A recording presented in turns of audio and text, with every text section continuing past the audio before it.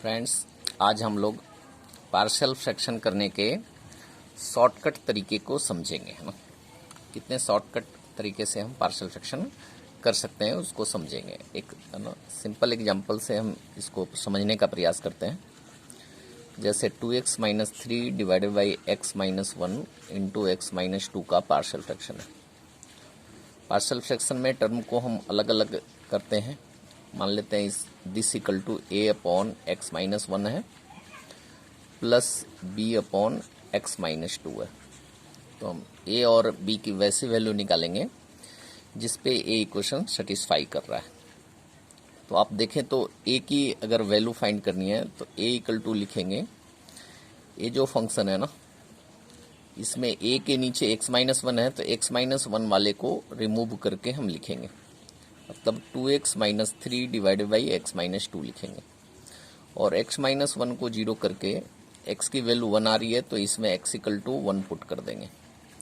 x equal to 1 put करने पे value बन रही है 2 into 1 minus 3 divided by 1 minus 2। आपका बन रहा है 2 माइनस 3 डिवाइडेड बाई माइनस 1। ए आ गया 1, ए की वैल्यू 1 आ गई। अब b की वैल्यू वैसे ही फाइंड करनी है।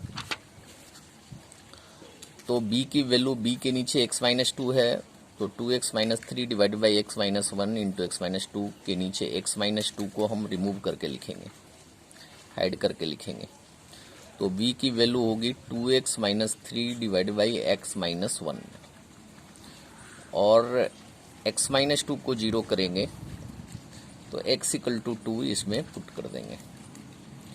तो ये वैल्यू आ जाएगी 2 into 2 minus 3 divided by 2 minus 1, 4 minus 3 divide by 1, मतलब b की वैल्यू 1 आ गई।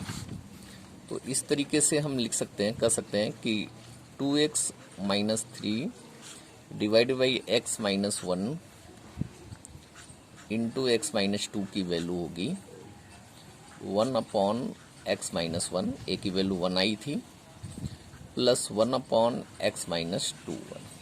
अगर हमें इसे इंटीग्रेट करना हो, dx इंटीग्रेशन करना हो तो इजीली से इंटीग्रेट किया जा सकता है।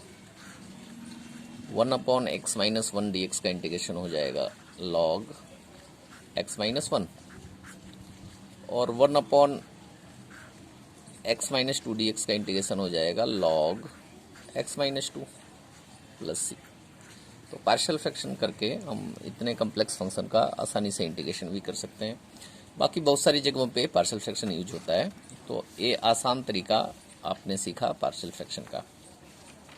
अब इससे लेंदी भी होता है, कभी कभार ऐसा हो जाता है कि नीचे स्क्वायर के टर्म आ जाते हैं। जैसे x plus 4 divide by x minus 1 का स्क्वायर इंटू एक्स माइनस 2, ऐसा है ना।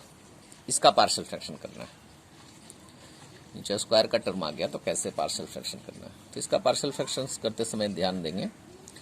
पहले तो लिखेंगे a अपॉन एक्स माइनस 2, इसको तो लिखेंगे ही, plus b upon x minus 1 का स्क्वायर तो लिखेंगे ही। एक एक्स्ट्रा टर्म हम c अपॉन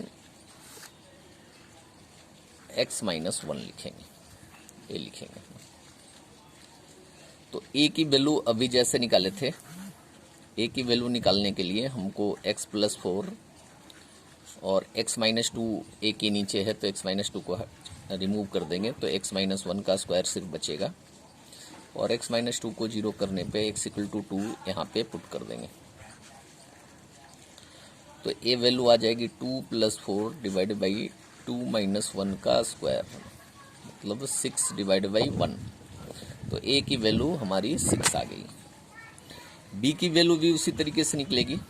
b की वैल्यू x माइनस 1 का स्क्वायर है तो x माइनस 1 का स्क्वायर यहाँ से हटा देंगे, x plus 4 divide by x minus 2 बचा। x माइनस 1 के स्क्वायर को जीरो करेंगे तो x इक्वल टू 1 आएगा। x इक्वल टू 1 हम इसमें पुट कर देंगे तो हमारा ये बन जाएगा 1 प्लस 4 डिवाइड बाई 1 माइनस 2, मतलब ये वैल्यू आ गई 5 डिवाइड बाई माइनस 1 माइनस 5 आ गई। अब मेन जो इसमें समझना है, c की वैल्यू कैसे फाइंड करेंगे। बुकों में बहुत लेंदी मेथड c का वैल्यू फाइंड करने के लिए दिया हुआ है। हम एक लेटेस्ट मेथड है ना सी का बताने जा रहे हैं, शॉर्टकट मेथड। सी की वैल्यू फाइंड करनी है तो x माइनस वन नहीं हटाकर x माइनस वन का स्क्वायर पूरा ही हटाएंगे, मतलब b में जो वैल्यू आई है उसी से हम c का वैल्यू निकालेंगे। बस यहाँ देखेंगे पावर का डिफरेंस 1 है ना, x माइनस वन का स्क्वायर है, यहाँ x माइनस वन है, दोनों के पावर का डिफरेंस 1 का है, तो इसे एक बार डिफ्रेंशिएट कर देंगे।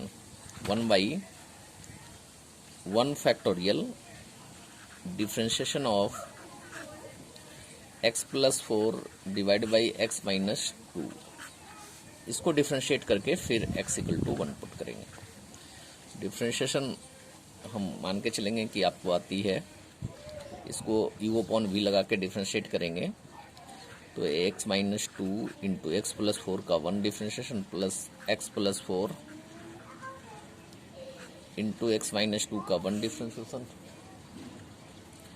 डिवाइड बाई x माइनस 2 का स्क्वायर, ये बन जाएगा हमारा। आप देखें तो 2x plus 2 divide by x minus 2 का स्क्वायर। इसमें x इक्वल टू अगर हम 1 पुट कर दें तो ये हो जाएगा 4 डिवाइडेड बाई 1, मतलब 4 वैल्यू आ गई है ना, इसकी वैल्यू 4 आ गई। तो आप लिख सकते हैं कि है ना x plus 4 divided by x minus 1 का square divide into X minus 2 equal to a की वैल्यू आई 6, b की वैल्यू आई